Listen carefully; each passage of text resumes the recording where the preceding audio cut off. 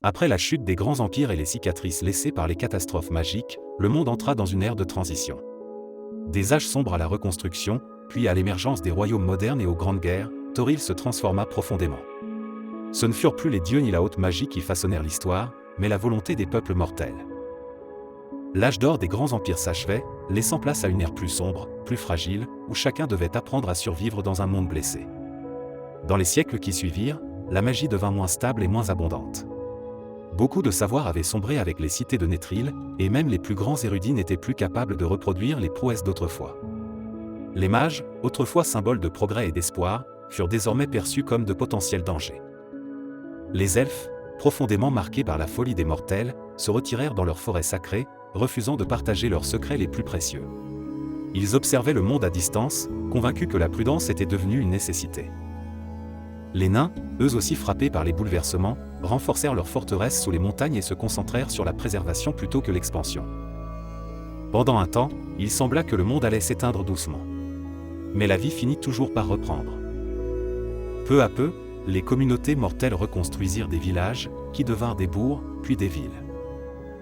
La magie, même affaiblie, restait un outil précieux, et les dieux, désormais plus discrets, laissaient les mortels tracer leur propre destin. Dans cette période de reconstruction, les humains se distinguèrent de manière spectaculaire. Leur capacité à apprendre rapidement, à s'adapter et à prendre des risques leur permit d'émerger plus vite que les autres peuples. Là où les elfes prenaient des siècles pour bâtir un royaume, les humains pouvaient en fonder un en quelques générations. C'est ainsi que naquirent les premiers grands royaumes humains. Ils étaient jeunes, ambitieux et souvent instables, mais animés d'une énergie que même les elfes observaient avec étonnement. Certains royaumes s'élevèrent grâce au commerce, d'autres à la force militaire, d'autres encore à la religion. Les humains forgèrent des alliances avec les nains, établirent des traités avec les elfes, et repoussèrent les orques pour étendre leurs frontières. Ces royaumes n'avaient pas la splendeur enchantée des cités elfiques ni la robustesse millénaire des forteresses naines, mais ils étaient portés par un désir intense de croissance et d'innovation. Cependant, cette expansion rapide alimenta de nombreuses tensions. Les humains s'étendaient sur des terres autrefois habitées par des orques, vénérées par les elfes, ou revendiquées par les nains. Les premiers conflits raciaux émergèrent, parfois issus de malentendus, parfois de rivalités profondes. Les guerres contre les orques furent fréquentes, car les enfants de Gruomsh défendaient farouchement leur territoire. Les relations avec les elfes étaient souvent tendues, ces derniers voyaient dans les humains un peuple jeune, imprévisible, parfois arrogant. Les nains, plus pragmatiques, coopéraient volontiers avec les humains mais restaient extrêmement protecteurs de leurs montagnes. À mesure que les siècles passaient, le monde changeait. Les anciens empires avaient disparu, les légendes de la haute magie n'étaient plus que des murmures, et les dieux se faisaient plus silencieux. Ce n'était plus la magie qui façonnait les civilisations, mais la volonté des mortels. Les humains multipliaient les royaumes, réinventaient les arts, la guerre, le commerce et la politique, prenant une place centrale dans l'équilibre mondial.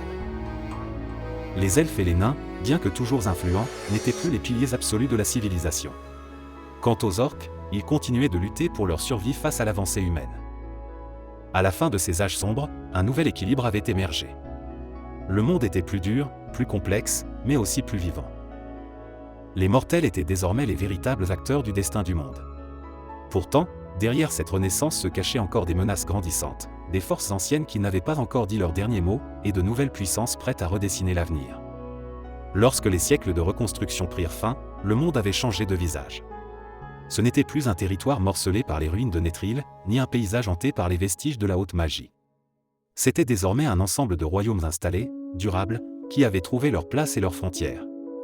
Après l'instabilité des premiers temps, l'ère des grandes nations mortelles commença véritablement. Les humains furent au cœur de cette transformation.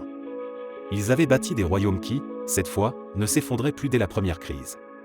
Le commerce circulait entre les cités, des routes étaient tracées et protégées, des ports s'ouvraient sur le monde et des souverains fondaient des dynasties qui allaient durer. Leur expansion, autrefois anarchique, devint plus structurée, au lieu de simples groupes migratoires, de véritables États prirent forme, avec des armées permanentes, des lois écrites et une vision à long terme. Cette stabilité nouvelle permit aux royaumes humains de s'affirmer comme des puissances majeures. Les elfes, eux, sortirent peu à peu de leur long repli. Sans retrouver l'arrogance pacifique des âges anciens, ils se réinstallèrent dans le rôle de gardiens de la magie et de la mémoire. Certaines de leurs forêts retrouvèrent des communautés florissantes, et quelques cités anciennes furent timidement restaurées. Leur influence n'était plus hégémonique, mais elle demeurait respectée, car les elfes apportaient une sagesse dont les jeunes royaumes humains avaient souvent besoin. Chez les nains, les forteresses se stabilisèrent également. Après des décennies à se défendre contre les menaces résurgentes des profondeurs, plusieurs clans parvinrent à reprendre d'anciens halls abandonnés ou à en fonder de nouveaux. Ils renouèrent progressivement avec leurs traditions de commerce, d'artisanat et d'ingénierie, devenant les alliés naturels de nombreux royaumes humains.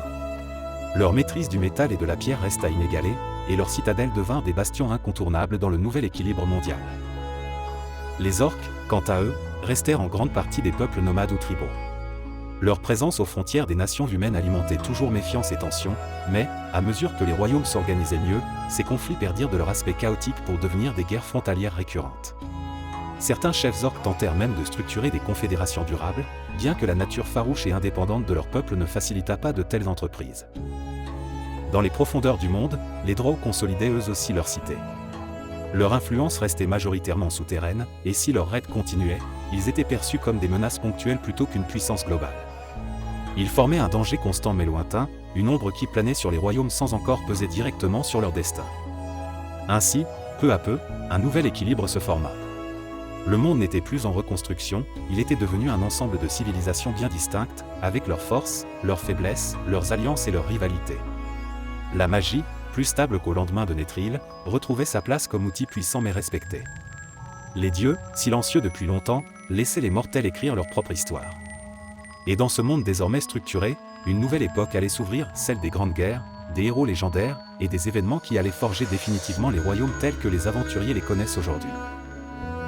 Lorsque les royaumes mortels furent enfin établis, le monde entra dans une période plus stable, mais cette stabilité n'était qu'apparente. Dès que les nations eurent des frontières claires et des ambitions affirmées, les premières grandes tensions éclatèrent. Le monde n'était plus un territoire sauvage à reconstruire, mais une mosaïque de peuples qui, pour vivre, devaient protéger leurs terres, leurs traditions et leurs ressources. Et comme toujours dans l'histoire de Toril, ces enjeux débouchèrent sur des conflits qui allaient marquer durablement l'équilibre du monde. Les premières tensions éclatèrent souvent aux frontières humaines. L'expansion rapide des royaumes les amena à entrer en conflit avec des peuples déjà installés depuis des siècles. Les orques, en particulier, furent au cœur de nombreuses guerres frontalières. Leurs terres traditionnelles furent grignotées par les colons humains, et leurs chefs, farouches défenseurs des traditions de Gruomsh, menèrent d'innombrables raids pour reprendre ce qu'ils considéraient comme leur droit ancestral. Certaines de ces guerres restèrent locales, mais d'autres prirent une ampleur presque mythique, mobilisant parfois plusieurs royaumes humains contre des hordes orques unifiées derrière un chef exceptionnellement charismatique. Ces conflits façonnèrent durablement la perception des orques dans l'imaginaire des peuples de la surface, souvent à tort, mais avec des cicatrices bien réelles. Dans les montagnes, les nains poursuivaient quant à eux leur lutte millénaire contre les géants. Les rivalités ancestrales entre ces deux peuples remontaient à l'âge primitif du monde, et chaque nouvelle forteresse naine reconquise déclenchait une réaction violente des clans géants. Avalanches provoquées, assauts massifs, sièges interminables. Ces guerres, moins visibles pour les peuples de la surface, jouaient un rôle déterminant dans la stabilité du monde. Car une forteresse naine tombée signifiait souvent l'ouverture d'un passage vers les profondeurs, d'où pouvaient surgir des horreurs oubliées, des aberrations, des monstres titanesques, voire des reliques de magie ancienne que personne ne savait plus contrôler. Les elfes, eux, furent entraînés dans des conflits d'un autre genre. Leur volonté de préserver leurs forêts sacrées les opposa parfois aux humains dont la croissance dévorait les terres environnantes. Certaines tribus elfiques entrèrent en guerre ouverte, d'autres tentèrent une diplomatie fragile, et quelques-unes quittèrent simplement leurs terres pour éviter l'affrontement. Mais le plus grand défi des elfes durant cette époque ne vint pas des humains, il vint des hauteurs du monde où subsistaient encore des dragons. Certains dragons anciens, jadis souverains incontestés, refusaient d'abandonner leur territoire aux mortaux. Les elfes furent parmi les premiers à devoir composer avec ces créatures majestueuses et terrifiantes, et ces affrontements laissèrent derrière eux des cicatrices visibles encore aujourd'hui dans les forêts les plus anciennes. Sous la terre, un autre type de menace s'élevait lentement. Les Drow, bien que rarement engagés dans des guerres ouvertes contre la surface, ils intensifièrent leurs activités. Raids nocturnes, enlèvements ciblés, manipulation politique à distance, rivalité entre maisons nobles débordant parfois jusqu'à la surface, leur influence, bien que diffuse, devint un facteur de tension constant. Certaines cités humaines commencèrent même à former des ordres spécialisés pour lutter contre ces incursions venues de l'obscurité, sans savoir qu'elles ne faisaient qu'effleurer la surface de ce que les Drow préparaient réellement dans les profondeurs.